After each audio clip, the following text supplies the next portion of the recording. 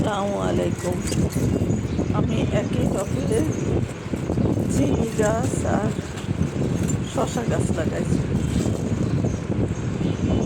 আজকে একটু পরিষ্কার করে নিচ্ছি, নিচের পাতাগুলো সব কেটে দিচ্ছি। কালকে একটু সার দিব, এই কারণে ফুল আসতেছে, ফল আসতেছে গাছে, একটু বাড়তি যত্ন করার দরকার। তাই গাছগুলোর নিচের পাতাগুলো ছেটে কাটতে সুন্দর করে একটু উবায়া সার দিয়ে দিই।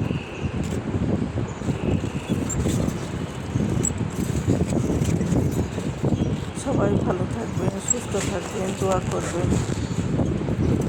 আর আমার ভিডিওটা ভালো লাগলে সাবস্ক্রাইব করে দিয়েন। আল্লাহ হাফেজ।